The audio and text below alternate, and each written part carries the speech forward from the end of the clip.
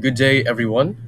My name is Mark Anthony Villazorda from Grade 11 Aspiration, and welcome to our MIL report. Our topic is about media and information literacy in journalism practice. And without further ado, let's move on to the preview on what I will discuss.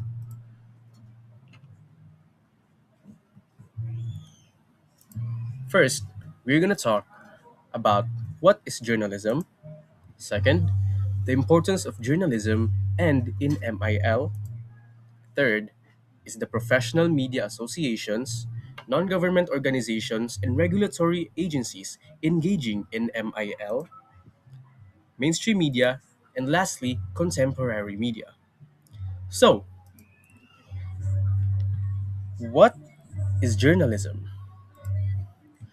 So, journalism is the act of gathering, verifying, producing, and distributing information to various social media to various media platforms such as the TV, the radio, newspaper, and various social media outlets such as Facebook. Now, the the purpose of journalism is to spread information to the people, to inform them about the current events or issues that are going on around na- nationwide, international, or even local. So let's proceed to the importance of journalism. So, the importance of journalism. According to Mr. Howie Severino, uh, a reliable and a trustworthy journalist from the Philippines, according to him, there are four duties of journalism. And after I've watched the video, you can watch the video on YouTube as well. It's called The Importance of Journalism by Mr. Howie Severino. And the I turned it into important key points from my own interpretations now so that you can also learn from this. It's like shortened version of the video, but also aligning with journalism. Oh my gosh. Aligning with journalism. First is the journalism's role. And what exactly is journalism's role? So journalism acts as the watchdogs of society. For when something happens, they are there watching and to be the first one on the scene. For a disaster occurs, they are there to to write information about that and share it to the media. So that's the role of journalism, to be the watchdogs of society. Second is that they deliver truth and accountability to the people. Now, for the information that they give, that they deliver, they make sure that it's the truth. And for when they and for that when mistakes occur, they can be held accountable, and that they will take accountability and of course change that. And so that it's also about building reputation for people, and that's on building trust in MIL or in media in MIL for the next discussions. And third is that it encourages media literacy. Now, journalism separates in verified information from misinformation, meaning it allow journalism helps combat misinformation in the media to also allow us to know and to combat misinformation as well, because as audience. Now, why does it matter today? Why does journalism matter today? In this generation, this era, we are very prone to fake news, information disorders. That we are so prone that we are gonna have a hard time on identifying or even avoiding all of these types of information. Journalism helps us to tackle all those obstacles to deliver us the news and information that is reliable and trustworthy. And that's all for the importance of journalism.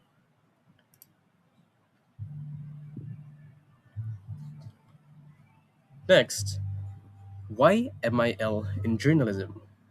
Building trust in media through MIL. Next, number one, it builds trust in media. Now, MIL builds trust in media. It helps people evaluate the credibility and reliability of information sources. It encourages responsible journalism and fact checking so that all as audience we're encouraged to fact check the information as well in the media. And lastly, it reduces the spread of misinformation and disinformation. Next one is a next one. MIL appreciates people's voices.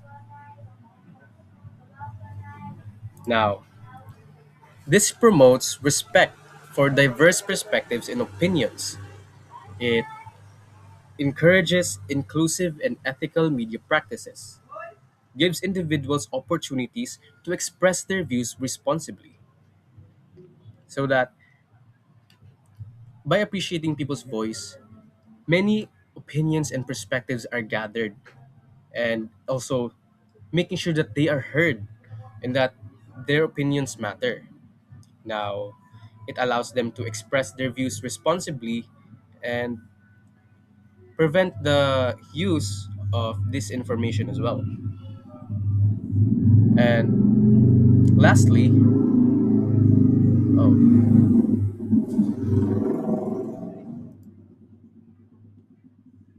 lastly is MIL makes people active participants in democracy.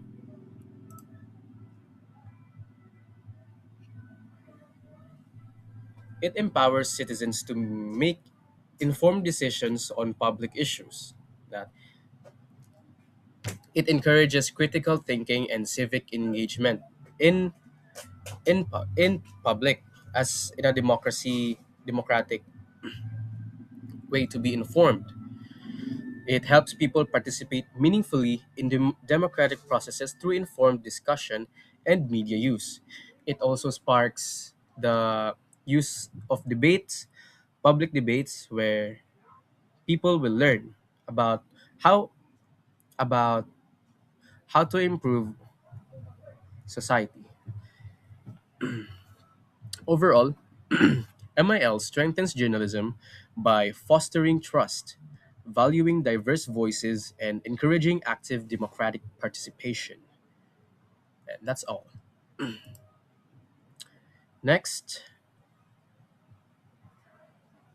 is professional media associations, NGOs, and regulatory agencies engaging in MIL. So these are the National Union of Journalists of the Philippines. This is a professional media association where it allows journalists to have training on to have journalist training where they are trained to be journalists that are properly trained to deliver news to the media. And next one is the Verifiles. Do you know those fake news information or posts on Facebook that you see that is blurred and tagged as misinformation? There are some posts that it said that this post is misinformation, fact checked by Verifiles. So the purpose of Verifiles as a non-government organization is to fact check the posts on media and to separate verified information from fake information. It helps battle misinformation in the media. Next one is the regulatory agencies. This is the MTRCB.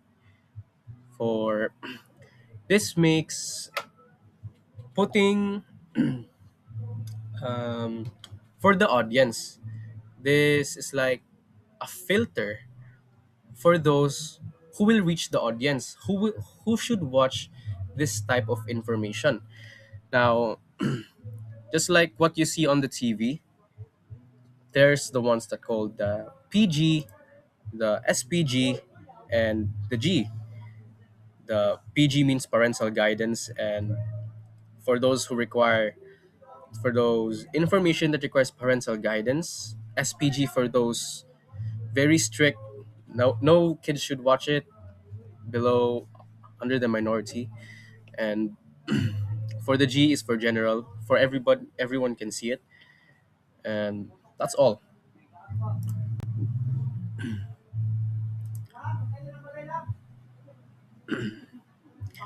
And here we have the mainstream media. Now, this is the GMA and the ABS-CBN. Now, both of these have professional journalists. They follow editorial standards, they use fact checking processes, they issue correction when mistakes happen, they and hold accountability because of public reputation. Now, these two are generally credible because they are not always transparent about what they share on the news. I will tell you about the ugly side of mainstream media after I discuss contemporary media. So, contemporary media, Facebook, TikTok, YouTube. These are the apps where you can see contemporary media in action. So, who makes contemporary media active? We have these people called the vloggers, where they share information to the public. And these are some social media pages, channels, or accounts. So, contemporary is mainly aligned on free speech and user generated information. And here, anyone can be a journalist. So, here, let's differentiate both mainstream media and contemporary media.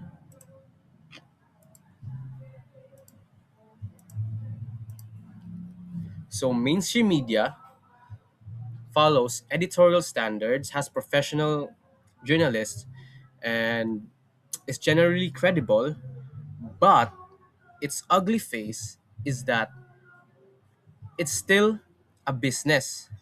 That's where capitalism goes in. They're not always sharing information to the public just because they're mainstream media. They still have biases. Those biases will be discussed later on by Miss Jazara.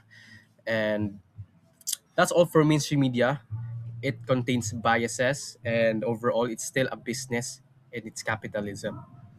Next one, we have contemporary media, Facebook, TikTok, YouTube. Now, just because anyone can be a journalist here does not mean all of them, some of them are stupid. Some of them did not do any research or did not do any fact checking information.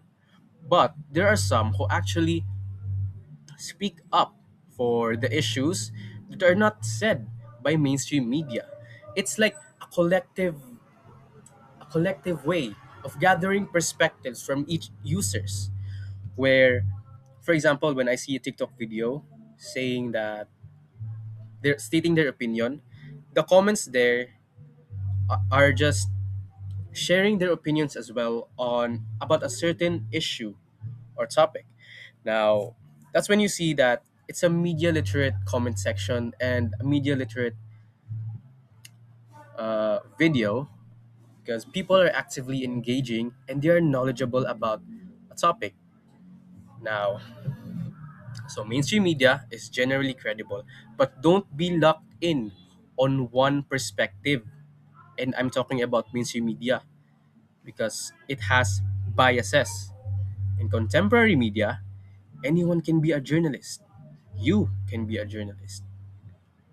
But don't always share information that are fake.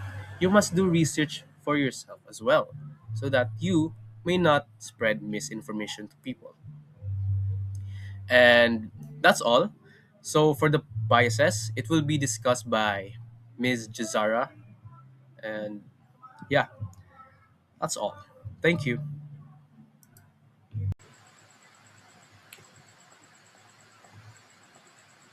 So, good day everyone. My name is Jazara, and today I will be discussing to you the topic of professional ethics in journalism. But before we talk about journalism in media, we must first understand and discuss what the term ethics really means. So, ethics refers to a set of moral principles that guide what is right and wrong. It guides the way we make decisions and the way we treat other people. Now, when these specific principles are applied to a certain profession, we call them professional ethics. These are the standards that professionals in that specific field are expected to follow in their work. Now, professional ethics, like ethics itself, is built on three main and important values: respect, integrity, and honesty. Respect means valuing the rights and personal feelings of others.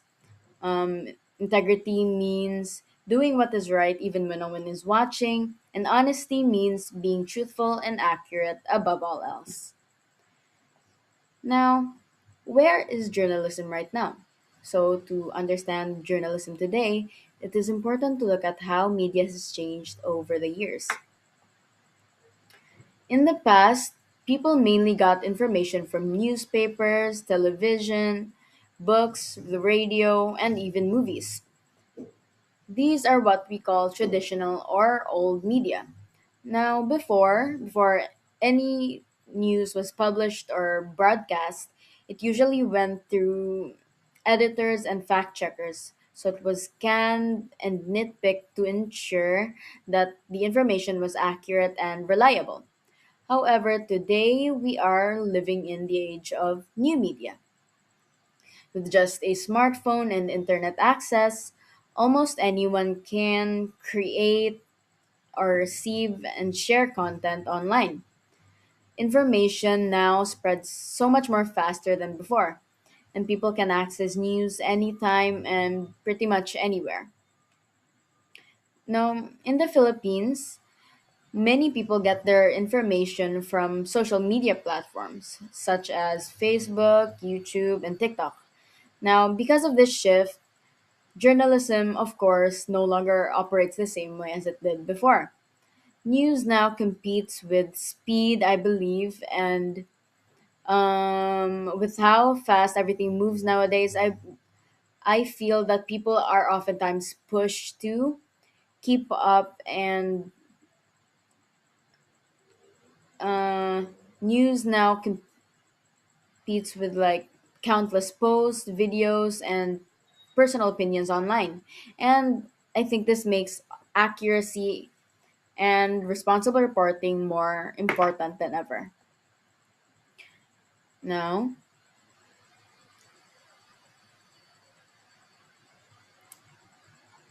this leads us into journalism in media and media biases.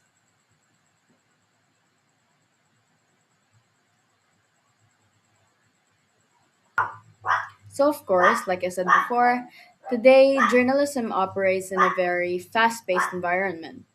News can spread across social media in the click of a button.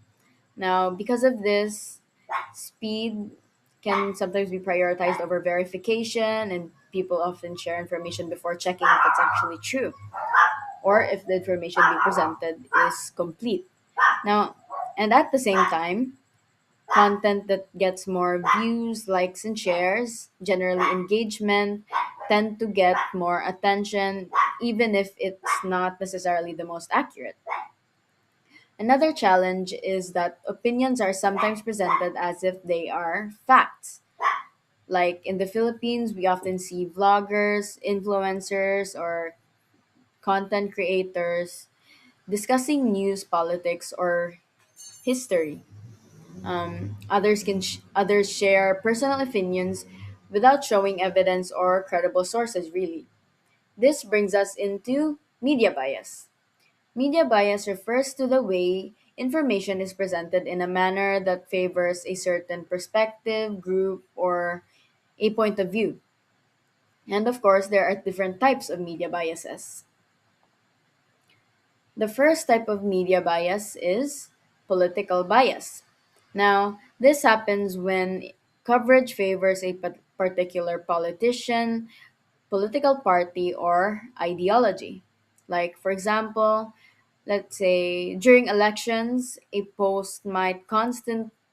page might constantly post about positive news about one candidate while mostly sharing criticisms or controversies about another.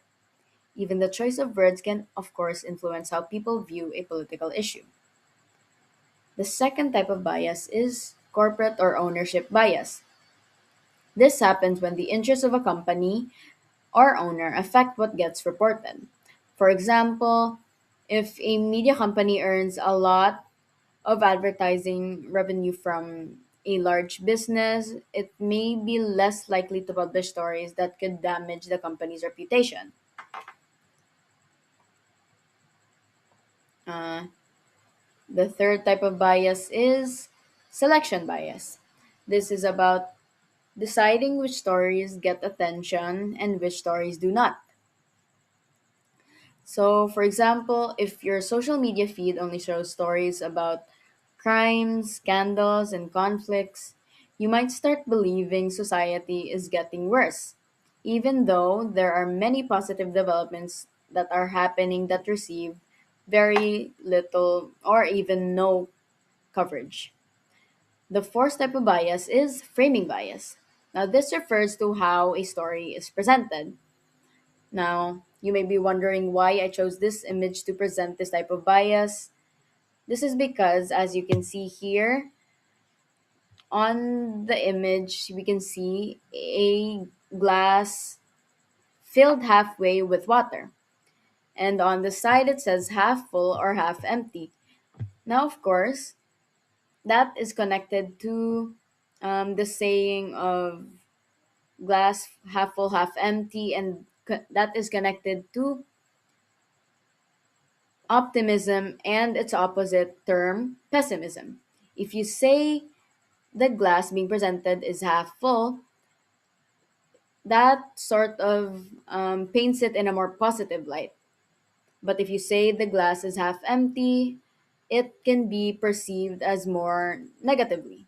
So let's say a student protest in school. One post might describe it as students speaking up for their own rights, while another may call it students causing disruption. The event is the same, but the way it is framed changes the way people react to it. So the fifth type of bias is public bias.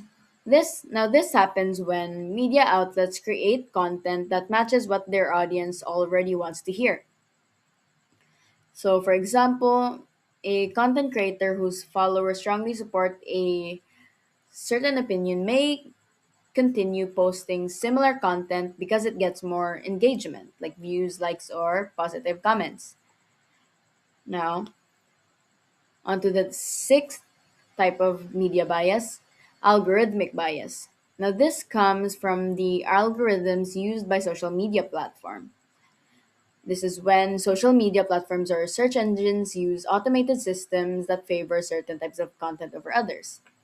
So I want to ask you all if you've ever watched one video about a controversial issue and suddenly your feed became full of similar videos. Now that is because algorithms all often prioritize content that keeps people engaged, especially content that triggers strong emotions such as anger, excitement, or outrage. Now, the last type of bias is omission bias. So, this happens when important information is being left out. So, let's say, for example, a viral post might show only a short clip of an argument. So, without seeing what happened before or after, people may immediately judge someone even though the full context tells a bit of a different story. The important thing I think to remember is that bias is not about spreading false information. It's not always about that. Sometimes is bias comes from what is being emphasized or how a story is being presented and what details are included and what are left out. So now that we've discussed the different types of media bias, I think the next question I should be asking is, why does it matter? Now, I think it is important because media bias can, of course, influence the way we understand information and form opinions about the issue. Now, if we don't recognize the type of bias being used, we may end up accepting only one side of a story or missing important details that can help us see the bigger picture. What's challenging, I think, is that bias is, of course, not always obvious. Most of the time, I think it appears in subtler ways, which makes it easy to overlook. To better understand this, let's think back to 2020 when the Philippine government denied the franchise renewal of ABS-CBN, causing the network to stop its free-to-air television and radio broadcasts after decades and years of continuous operation. So, this issue received extensive media coverage, of course, but different news organizations focused on different aspects of the story. Some, rep- some reports, I believe, focused on the legal and regulatory issues surrounding the franchise renewal, while others focused on concerns about press freedom and the role of independent media in a democratic country. The event, of course, stayed the same, but the angle or focus of the coverage was different. This is an example of framing bias. Now, in some cases, certain reports highlighted specific facts while leaving out other relevant details. This can be considered omission bias. Even the words used to describe the event could influence public perception. Some people referred to it as a shutdown, while others preferred the term closure or franchise denial. And these word choices can, of course, affect how audiences interpret the situation. I think that is why it is important to identify and differentiate between the different media biases. I think doing that helps us think more critically about the information we consume and compare different sources and avoid accepting information at face value. Now, instead of simply asking, is this true, we can also learn to ask, how is this being presented? Is this being misconstrued? Is the wording is the wording affecting the way other people can perceive the information being presented, even if the facts stay the same? And also, what might be missing from the story? And now that we've discussed how media influences the way information is received, the next question is, why is new media growing so rapidly today? So, new media is rising because new media is fast and easy, but that speed pushes us to prioritize reacting quickly instead of really thinking and letting the information sit with us. So, even with AI and the rise of apps that make everything easier and all in one app that can be finished within the click of a button, I don't think convenience is the same as real understanding. And I think this is why media and information literacy literacy really matters. Now let's have a short recap on what MIL really is. So media literacy lit, means looking beyond what is immediately shown or on the surface. I think it's about asking how and why content is created and understanding its context. Now, this, of course, applies to all forms of media, whether news, social media, or entertainment. It also means being responsible not just as consumers of information, but as creators who also share the same information and content online. So, in the Philippines, where misinformation spreads quickly, especially during situations like elections and major issues, media literacy is, of course, essential. Now, media literacy also requires intellectual humility, which is the willingness to accept when we might be wrong and to change our views when the situation calls for it. Critical thinking without humility can lead to arrogance. And if citizens must practice media literacy, journalists must practice professional ethics. Now, that leads us into the key point of my part of the report: professional ethics of journalists. Now, globally, journalism ethics emphasizes the public's right to accurate and reliable information. Now, this is why objectivity and accuracy are responsibilities that journalists are expected to really uphold. When facts are altered or misconstrued, it is considered a serious violation of professional standards. Deliberate manipulation of information crosses a clear line. And at that point, journalism is no longer really serving the general public, and it can lead into becoming closer to propaganda. In the Philippine context, where misinformation spreads as quickly as it does through social media, ethical journalism, of course, plays a crucial role in protecting our democracy and public trust.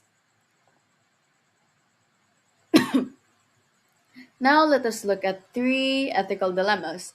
Now, while summarized, I believe these three dilemmas encompass most of how journalists move and how they work and how they now presenting their information. The first ethical dilemma is viewing personal social media information.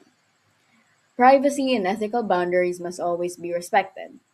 If information is publicly available online and it is relevant for verification or fact checking, journalists may use it as a source. However, even if it is accessible, it does not mean everything is fair game. Journalists are still expected to respect privacy and observe ethical boundaries, especially when dealing with personal or sensitive content. The second is interviewing a grieving person. Now, a journalist may approach someone who is grieving, especially if the situation, I think, calls for it or is, as one would say, newsworthy. However, this must, of course, come with and be done with empathy, consent, and sensitivity. The journalist should never pressure someone to speak and should recognize when it is not the right time. In situations like this, human dignity should always come first over the need to tell a story. Now, the way I personally would, if let's say, let's take this ethical dilemma at face value and think of a situation where we do need to approach a grieving person. I personally would navigate it in a way that is more accommodating to what they explicitly express to me. I would prioritize and leave it at expressing that I am always available if they need help, if they need someone to talk to. But if they don't initiate the first move in maybe expressing that they want to talk more about their feelings, talk about what happened, that is when I feel you are in a safer position to ask more. Now, the third ethical dilemma and the last one is inventing a character. Fabrication destroys credibility. Inventing a character in journalism is considered unethical in journalism. Considered unethical. Um, so even if information or events in the story are partially based on real data, adding fictional elements like maybe let's say name calling, placing the blame on a specific person, or even just let's say naming someone as a specific thing, um, even if the information or the events in the story are based on real facts, adding these types of things can, of course, destroy credibility. Journalism is grounded in truth, and once fabrication is introduced, it violates trust between the media and the general public. So, now that we have touched on the basics of media information literacy, the next significant question is how do we in reality instill these values into practice? I will now hand over the discussion to our next speaker, Jewel May Oliveira, to help us through the tools and techniques of developing MIL. Hello everyone. I will be reporting tools reporting MIL tools and techniques. But before I proceed to that, let me ask you guys something. Have you ever shared a post, react to it, or believe something online without even checking if it was true? I think most of us have, right? That's exactly why media information literacy is important.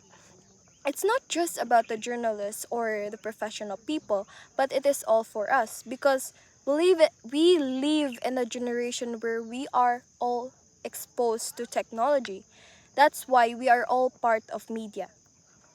First, am I first one of the reasons reasons why MIL is important is because media acts as a watchdog. But what's interesting here is that we are also the watchdog. Because why you might say, through our smartphones and social media, we have the power to capture, spread information anytime. It's like a dog, diba, that barks at something when it senses something suspicious. It alerts others. However, unlike a dog that reacts immediately, responsible media doesn't just report anything right away. They first verify, then investigate, and make sure that the information that will get to the public is the correct news. Now, once information is shared, it leads to conversation. That's why MIL also it promotes informed public discourse. Examples would be public debates, rallies, and even comment sections online. Those comment sections where people are often argue a lot. Like without MIL, these discussions can easily turn into misunderstanding, negativity, or the spread of false information. But with MIL, diba, we have LARD, and there we get to communicate with other people, we get to share in our opinions about certain issues, and we get to see other people's opinions too. Because with MIL, people learn to view different opinions, use fact to support what they want to say, and think critically before responding. However, not all information we see online is true. And this is where another importance of MIL comes in. It helps fight misinformation and disinformation. Because false information, because of like false information spreading quickly, sometimes people share wrong information without meaning to. Sometimes it's done to deceive, and other times it's meant to harm. That's why MIL teaches us to verify information before believing or sharing it. It encourages us to check sources, question what we see, and make sure that what we share to the public is the correct information. In this way, we don't become part of the problem, we become part of the solution. And when people are informed and responsible, it leads to something even bigger. MIL helps support and strengthens democracy because a strong democracy uh, depends on the people who can think critically and make informed choices. If people believe fake news or misleading information, they can easily be influenced, which weakens the democracy. But when people are media literate, they ask questions, look for reliable source, and make better decisions, especially during elections. We need to think critically, be media literate in terms of choosing the right leaders for our country because based on what is happening to our country right now, as you can see, I believe that it is not the best. Yeah. So, MIL gives us the power not just to consume information but to understand it and use it responsibly. So, not that we understand why media information literacy is important, the next question is why is it still difficult to apply it in real life, even if we already know it? The answer is because there are also several challenges in reporting and practicing MIL. One major challenge is the spread of misinformation and disinformation.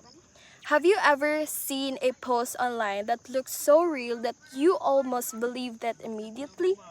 Like, that's exactly how fake information spread. For example, there was a viral claim about grade 13. Many people shared it right away without checking, but it was later debunked. The truth is, there is no actually grade 13 being added, only improvements to the current senior high school system. Another example is the uh, news from Philippines Update in 2018, which spread a story about claiming a parish priest impregnates two daughters of his associate pastor. But it became believable because of a photo showing a man being arrested. However, the image was actually taken from a different incident in 2015 involving a man being arrested from a drug raid. And the information was fake news and used to ruin the image of the local church. Another challenge is bias and lack of objectivity in news reporting. Have you noticed how many the events can sound different depending on the words used in the media? For instance, one international report said Russia invades Ukraine, while another said Israeli troops crossed into Lebanon. Russia and Israel both carried out military actions involving entering another country, but the way the news describes them is not always the same. It describes as Russia as more negative by word choice than what word choice used for Israel. Israel was described as more softer than Russia, making one side more negative than the other. We can also see bias in local coverage. For example, ABS-CBN focused on negative effects of the jeepney modernization program, such as higher fares and fewer routes, which made the issue sound more problematic. On the other hand, GMA News focused more on the government updates and progress, making it more neutral and informative. This shows that even when reporting the same issue, media framing and word choices can influence how people understand and interpret news. Another issue is the lack of media literacy skills, which leads to difficulty in verifying source. Many people tend to believe information at face value, especially when it looks convincing or widely shared. This is worsened by habits like doom scrolling, infinite scrolling on apps like TikTok, where we are constantly exposed to new content. Like during the pandemic, this became more common as people spend more time online, where people, due to lockdown, they don't get to go have the privilege to go outside because of the pandemic. So people tend to spend more time online, affecting attention span, and reducing critical thinking. As a result, people often scroll without analyzing information and may share content without checking its accuracy. And that's the example of this example of mine of how a person that lacks media literacy skill would react to a post, because some people believe that, like, some people believe uh, uh, a news about something because of what is in the headline, so it must be true. So, or a post has many likes and shares, it must be credible. But popularity doesn't really equal to the truth. Manipulation also and influence is a challenge in media information literacy. It refers to how media can shape or affect people's thoughts, feelings, and decisions through bias, emotional, or misleading content. Like, for example, Angel's Burger, where noon we can buy one burger for 20 pesos, but now they have the promo of buy one get one, and we, the people, are manipulated to buy the Angel's Burger because of promote the sale of buy one take one. So we are manipulated and influenced to buy it. And lastly, the fast-paced information sharing. It is a major challenge in MIL because new posts spread quickly online. This speed makes information easier to access, but it also increases the risk of misinformation. And yeah, before it is verified, people tend to share it immediately without checking if it's accurate or not. This puts pressure on users to think critically in short amount of time. Now, we have discussed about the challenges in media information literacy. It is also important that we look at the tools that can help us address these issues.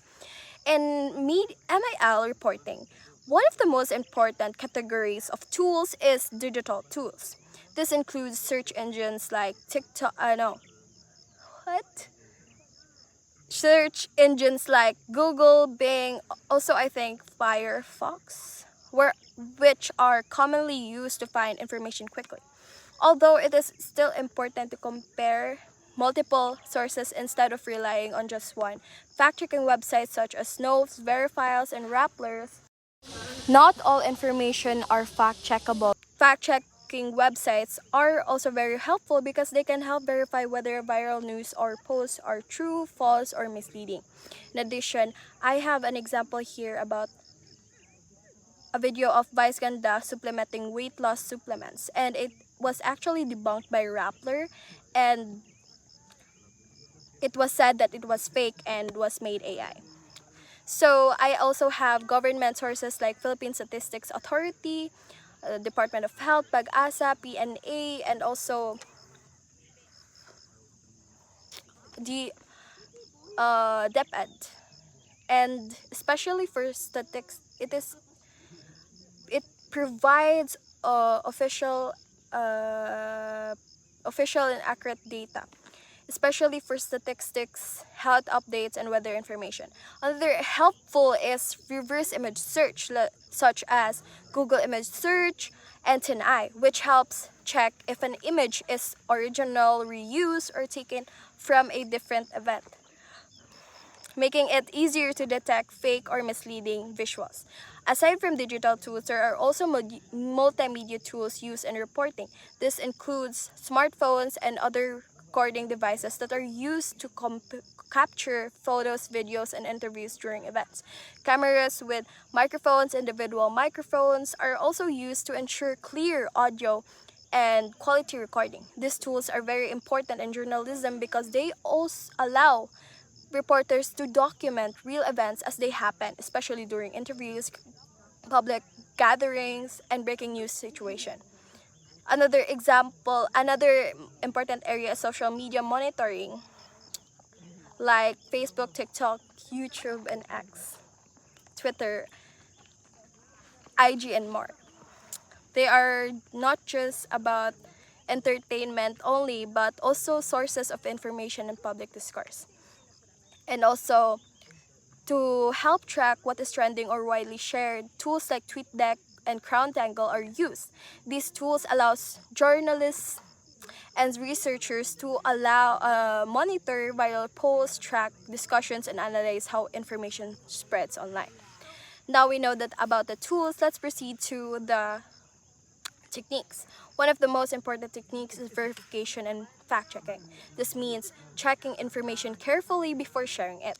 Journalists compare multimedia sources like GMA News, ABS-CBN News to confirm if the information is consistent. They also rely on fact-checking websites like Rappler or Verify Viral Content. For now, let's proceed to the techniques of interview and observation. This means getting information directly from people involved in the situation over observing people firsthand instead of relying only on online posts. For example, like if there's a recent disaster like a typhoon or earthquake, journalists should talk to barangay officials because they provide official updates and information about the community needs.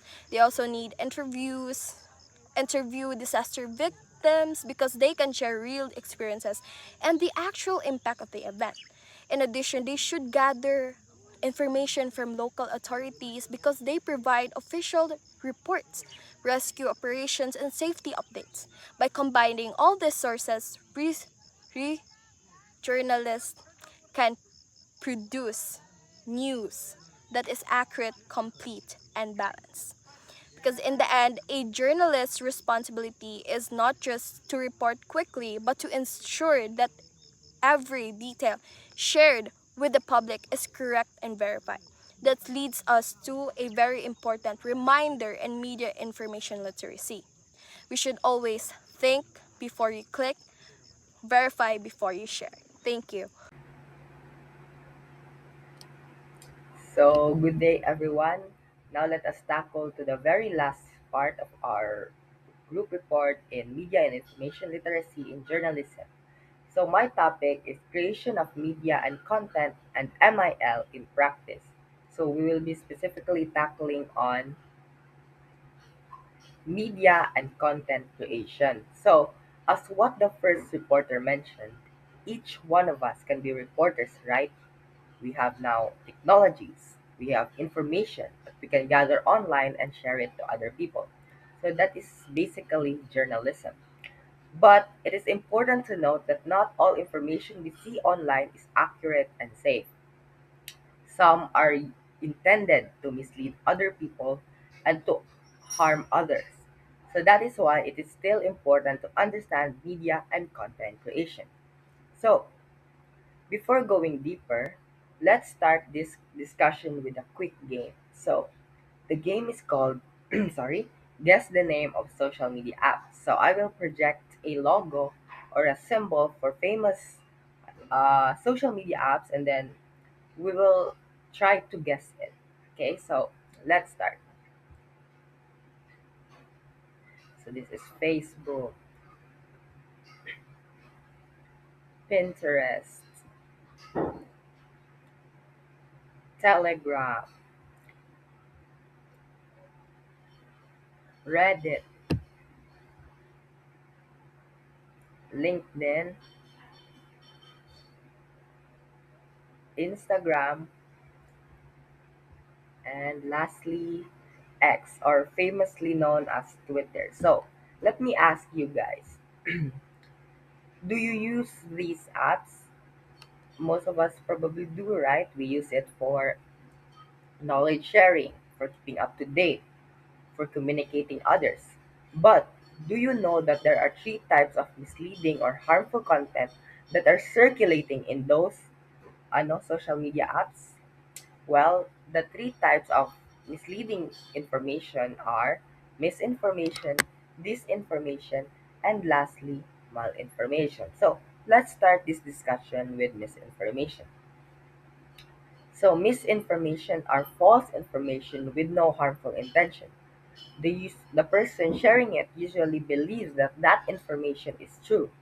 So let's take a look at this example. So, may gallstone ka at wala kang sapat na pera na pang-opera, may mabisang home remedies na makakatulong sa'yo para mailabas ito. Gagawin mo lang ay kumuha ng 3 pirasong lemon at 120 milliliters ng olive oil. Hatiin ang lemon at kunin ang katas. So, this is a classic example of misinformation. Why?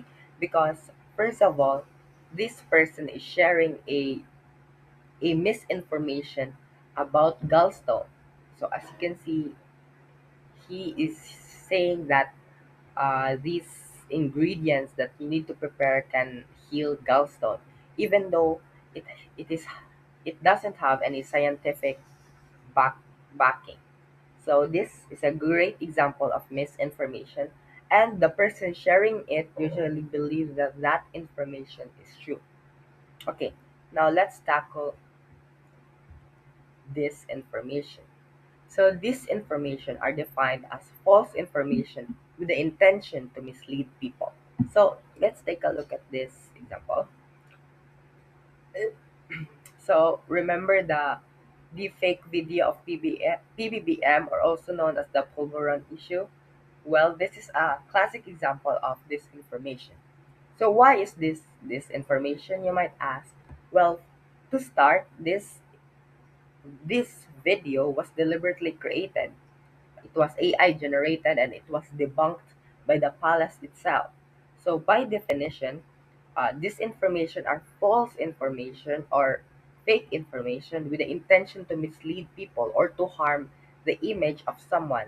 Well, in this case, it is the image of our president, right?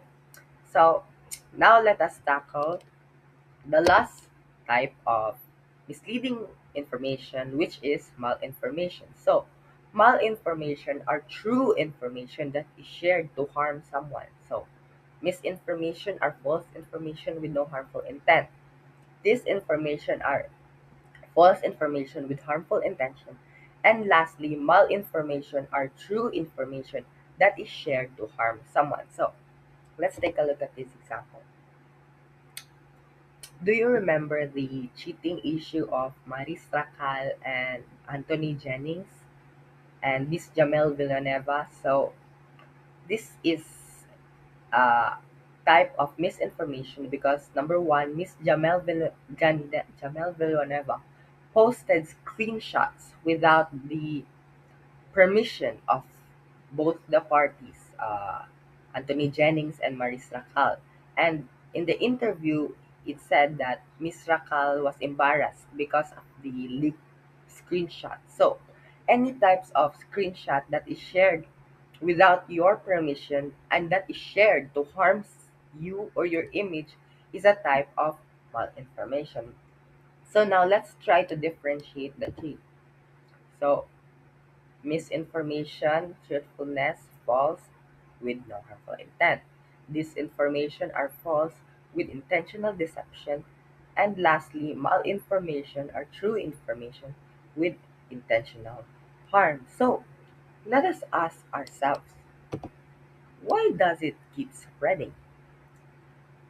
Misinformation, disinformation, why does it keep spreading online? As Atom Arroyo would call it, it is a virus that is slowly affecting each one of us. So, to answer that question, let us remember the APP. So, A stands for attention. People are naturally drawn to likes. Do you remember Boy Tapang fan page, right? The He is known for his very unique contents online. Well, because of that attention, people share information even though it's false because they just want likes, shares online. They just want traction online. Okay? Even though it's false, they just share it because they want attention online. That's it. That's really it.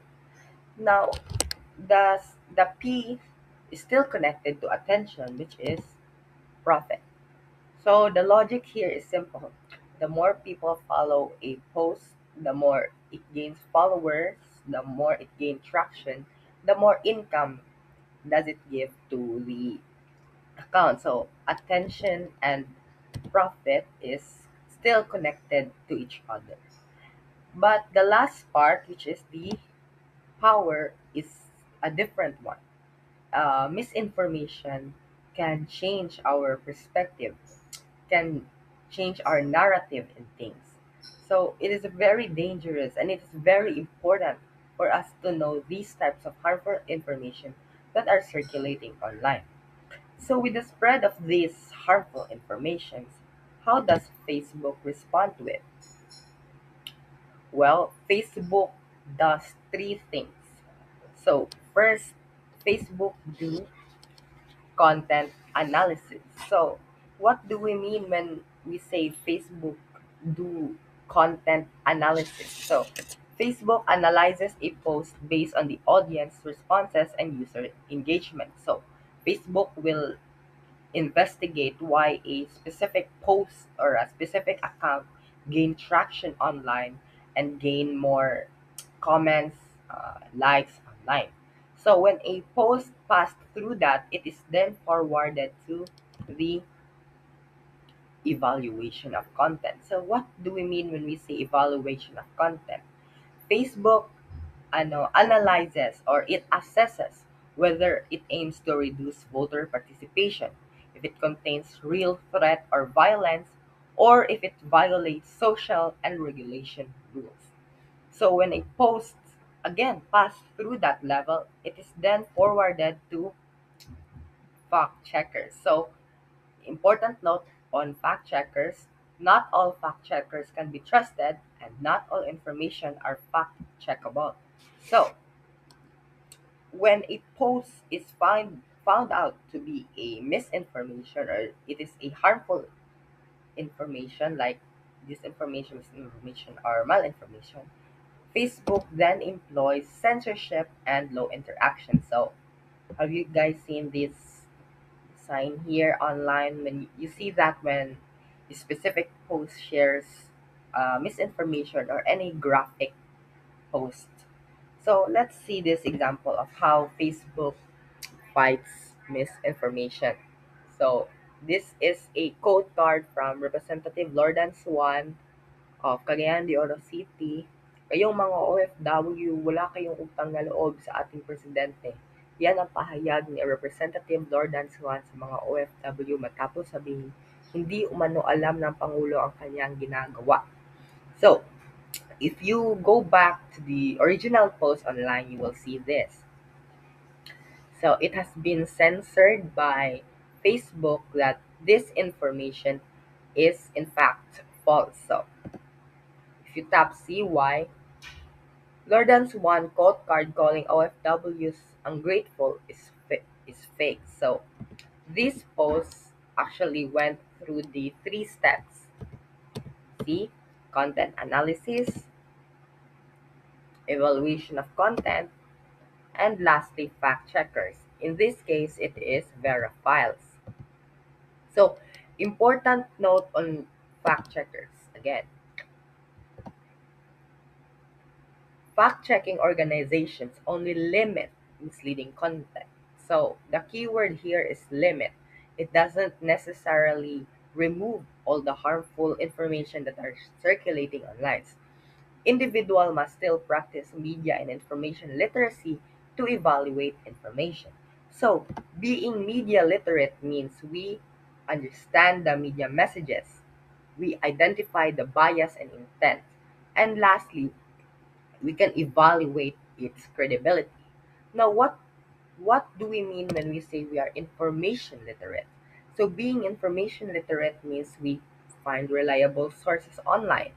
We can check accuracy if it's trusted or not. And lastly, we use the information we gathered responsibly. So, applying media and information literacy, therefore, is the ability to understand media and content information, critical thinking in digital content, and lastly, guide for informed decision. So, this is a great example, or this is a great comment from a journalist. So this is from Mr. Miu Ong Kiao. He's a Myanmar journalist from Myanmar Journalism Institute. So MIL is important for me because at a time when misinformation and disinformation are widespread, it helps society to make the right decision. Okay, so think before you share. So think before you share because again, not not all information we see online is accurate and safe. So let us now tackle to the second part of our topic. But before starting, let's play another game. So think about whether the images are worth sharing. So I will project a image or a picture of a post and we will try to evaluate whether it is worth sharing. So there are rules in games, right? So in our game there are also categories. So the first category is verified information, which means it is accurate and reliable, which means it is from a trusted source. Next, relevant information, which means it is useful and timely. And lastly, responsible information, which means ethical and safe. So let's start. Okay, so this information is worth sharing. Why, you might ask? Well, let's take a look at the category again. Okay, first off, verified information. In our example, the source for this information is ABS-CBN. As to what the first reporter mentioned, it ABS-CBN or mainstream media are somewhat reliable. So we can check verified information. Next, relevant information, which means it is useful and timely. Of course, that post was useful and timely because now we know that Iranian missiles have no way of hitting us here in the Philippines. And lastly, responsible information, which is ethical and safe. So that information is and ethically safe to share online to inform other people about Iranian missiles. Okay, next post. Point. So, isang hotel sa Dubai binigyan ng one-star review matapos umanong tamaan ng rocket ang kwarto ng isang guest. Source, random Facebook account. So, sa source pa lang, alam na natin na hindi ito trusted sources because it is just from a random Facebook account. So, verified information. It is not verified information because, again, it came from a random Facebook account. Relevant information, useful and timely. Yes, it is useful. No, I mean it is not useful, but it is timely, as we know naman the war that is happening in the Middle East. And lastly, responsible information, which means it is ethical and safe. So I guess that was just for meme purposes or for clout or satire purposes. Okay, now let's hop on to the next video picture, which is a Philippine Republic of Korea forged stronger defense ties with new agreements. The source for that is the Department of National Defense.